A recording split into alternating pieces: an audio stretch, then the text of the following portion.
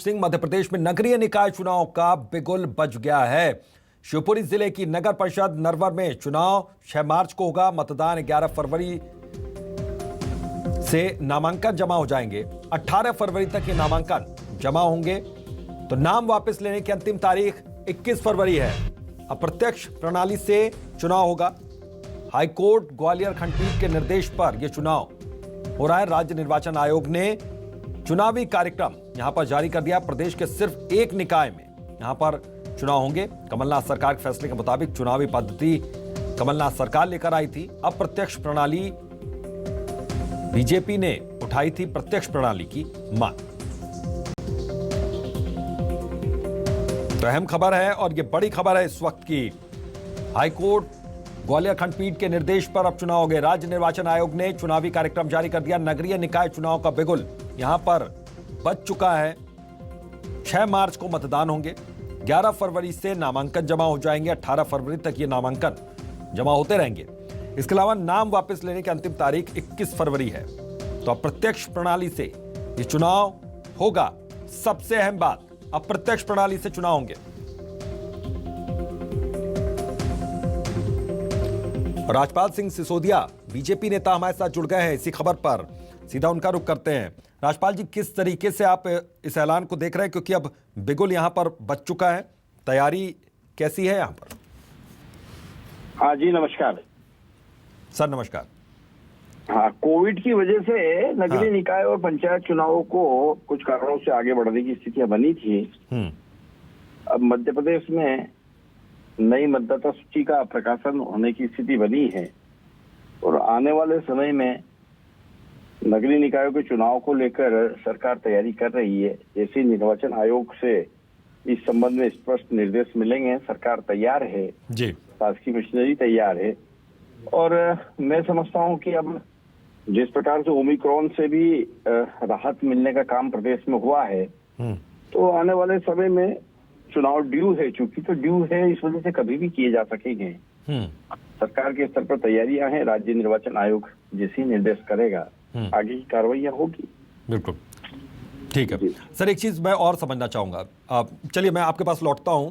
भूपेंद्र गुप्ता हमारे साथ कांग्रेस से जुड़ गए हैं। सर, बहुत बहुत स्वागत है आपका। आपका रिएक्शन आज चुनाव की तारीखों का ऐलान जो हुआ है नगरीय निकाय चुनाव का।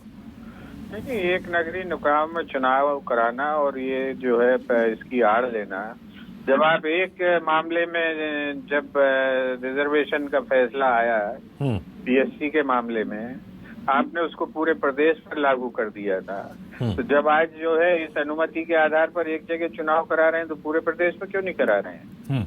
ये सरकार जो है हार से डरती है, भागती हुई सरकार है और कायदे कानून से इसका कोई लेना देना नहीं है। जब आड़ लेनी होती है तो कानून के बाजू में खड़े हो जाते हैं और जब धृष्टता करनी होती है तो कानून की धज्जियां उड़ाने लगते हैं।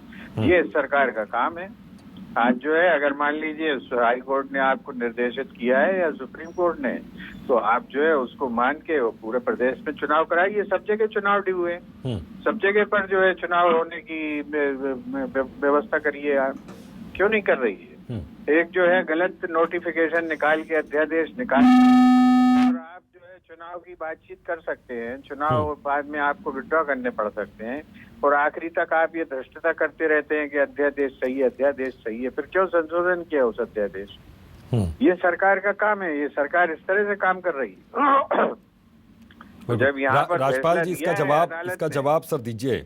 यहाँ पर आरोप गंभीर लग रहे हैं कांग्रेस की ओर से। जिस अध्यादेश को और जिस रिजर्वेशन की बात को लेकर आदरणीय भूपेंद्र गुप्ता जी कह रहे हैं, विवेक तनखा साहब वकील के रूप में गए थे पिटिशनर बन के, उसी में आदेश हुआ। अरे आतंकवादियों के वकील थे तुम्हारे मेंबर ऑफ पार्लियामेंट, तो तुम क्या आतंकवाद? ठीक है, मैं आप दोनों लोगों के पास आता हूँ। जनता पार्टी ब्रजेश सिंह तोमर हमारे साथ जुड़ गए हैं, याचिकाकर्ता थे इस पूरे मामले में। ब्रजेश जी, किस तरीके से आप देख रहे हैं इस फैसले को यहाँ पर? ये तो बहुत खुशी की बात है। माननीय न्यायालय जी के द्वारा उन्होंने जो अच्छा डिसीजन दिया है कि जनता के हित में तुरंत चुनाव हो।